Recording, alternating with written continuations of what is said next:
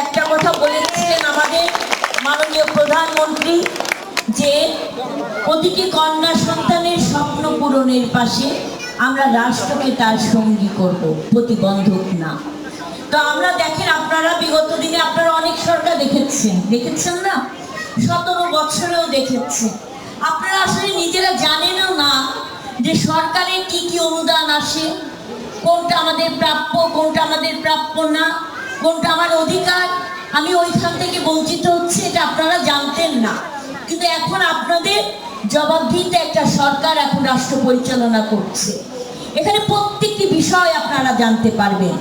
নতুন করে বয়স্ক ভাতা, বিধবা ভাতা কার্ড করা হবে, কিংবা এই বয়স্ক ভাতা, বিধবা ভাতা তালিকা নতুন করে আবার লিপিবদ্ধ করা হবে। সেখানেও এই তেঘুরিয়া ইউনিয়নে আমাদের পক্ষ থেকে ওনারা 2 জন কাজ করবেন এবং তার সাথে আমাদের ইউনিয়ন বিএনপি অঙ্গ সহযোগী সংগঠনে সকল পর্যায়ের নেতৃবৃন্দ সার্বিক সহযোগিতা থাকবে।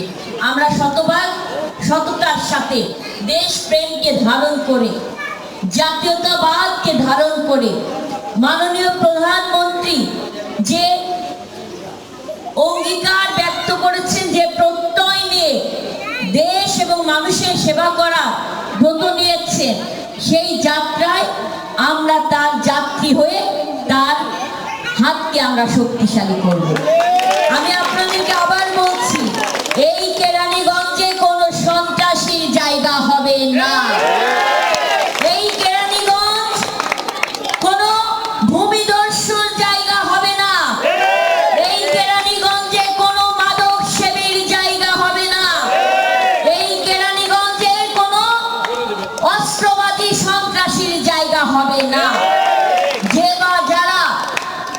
যে বা যারা এই ধরনের সমাজ বিরোধী, জনগণ বিরোধী কর্মকাণ্ডের সাথে জড়িত থাকবে, যারা চাঁদাবাজির সাথে জড়িত থাকবে, সে হাত যত বড়ই হোক না কেন, ওই হাত আইনের আওতায় নিয়ে এসে ব্যবস্থা গ্রহণ করা হবে। কারণ মাননীয় প্রধানমন্ত্রী এই নতুন বাংলাদেশ গড়ার প্রত্যয়ে যদি কোনো প্রভাব বিস্তার করে, দলের প্রভাব বিস্তার করতে চায়, সেই ব্যাপারেও মাননীয় প্রধানমন্ত্রী বলেছেন তাদের হাত আইনের আওতায় নিয়ে এসে বিচারের ব্যবস্থা করতে হবে। তাই আমি আজকে সকল পর্যায়ের আমার মা বোন ভাইদের উদ্দেশ্যে বলছি, এই কেরানীগঞ্জ হচ্ছে আপনাদের কেরানীগঞ্জ। এই কেরানীগঞ্জে আপনারা দিনের আলোয়, রাতের অন্ধকারে একইভাবে নির্ভয়ে পথ চলতে পারেন, তার জন্য আমরা ব্যবস্থা গ্রহণ করব। এবং যদি কোনো কেউ আমার দলের কোনো পদ পদবি ব্যবহার করে আপনার উপর জুলুম করে, নির্যাতন করে, ভয় প্রদর্শন করে, আপনারা অবশ্যই সেটা নির্ভয়ে আমাদেরকে জানাবেন, আমরা ব্যবস্থা গ্রহণ করব। আমাদের আপন বলে কেউ নাই।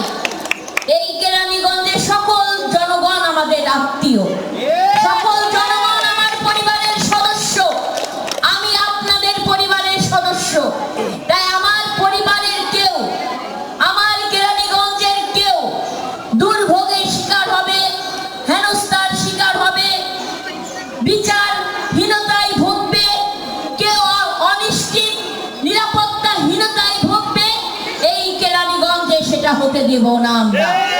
কারণ 17 বছর ধরে আমরা দেখেছি একটা দুঃশাসনের কবলে পড়েছিল বাংলাদেশ, ফ্যাসিবাদের কবলে পড়েছিল, যেখানে গুম হয়েছে, খুন হয়েছে, বিচার পায়নি, যেখানে দিনের পর দিন, রাতের পর রাত আমাদের ছেলেমেয়েরা, আমাদের নেতাকর্মীরা ঘর ছাড়া হয়েছে, ভিটে মাটির ছাড়া হয়েছে। আমরা দেখেছি অনেক অসহায় পরিবারের কথা, যাদের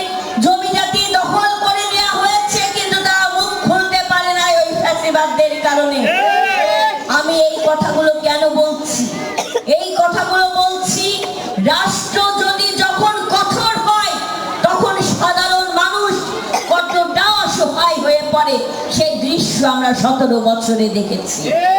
তাই এই বাংলাদেশে আর কোনো প্রতিহিংসার রাজনীতি যেন না হয়, মাননীয় প্রধানমন্ত্রী সেটা তার বক্তব্যের মাধ্যমে বারবার উচ্চারণ করছে।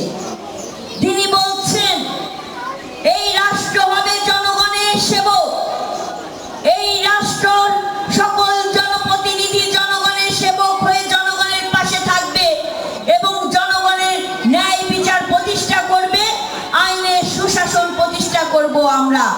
আমরা জানি কোথায় রাষ্ট্রকে মানবিক হতে হবে, সহনীয় হতে হবে, রাষ্ট্রকে কোথায় কঠোর হতে হবে, আবার কোথায় জবাবদিহিতায় আনতে হবে রাষ্ট্রকে, সেই সকল কিছু আমরা আমাদের অভিজ্ঞতার আলোকে দেখেছি।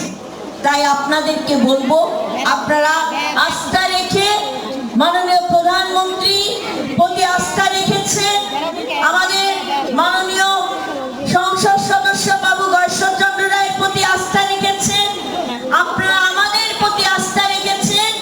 এই আস্থার প্রতি আমরা শতভাগ সম্মান প্রদর্শন করে আমরা আপনাদের অধিকার ধাপে ধাপে আপনাদের কাছে পৌঁছে দেব। আপনাদের যে সেবা, সেই সেবা আপনারা আপনাদের দোরগোড়ায় আমরা পৌঁছে দেব। আপনাদের সবাইকে ধন্যবাদ জানাচ্ছি।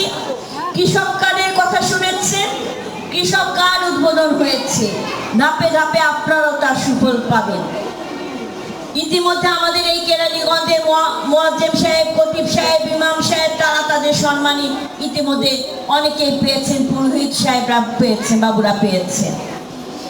এভাবে করেই আমরা আমাদের প্রত্যেকটি কাজ করব। আপনাদের শুধু পাহারা দিতে হবে যেন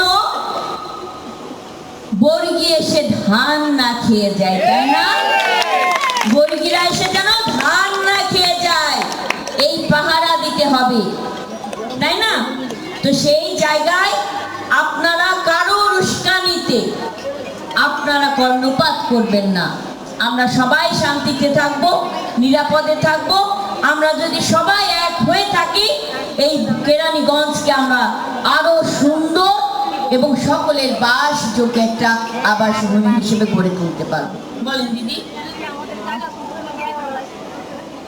আপনাদের এই জায়গা যে বিষয় সেটা নিয়ে আমরা আগামী 2-1 দিনের মধ্যে কথা বলবো এবং বিস্তারিত জেনে আমরা ব্যবস্থা গ্রহণ করব। ইতিমধ্যে আমাদের মন্ত্রী সাহেব, এমপি সাহেব এবং আমি নিজেই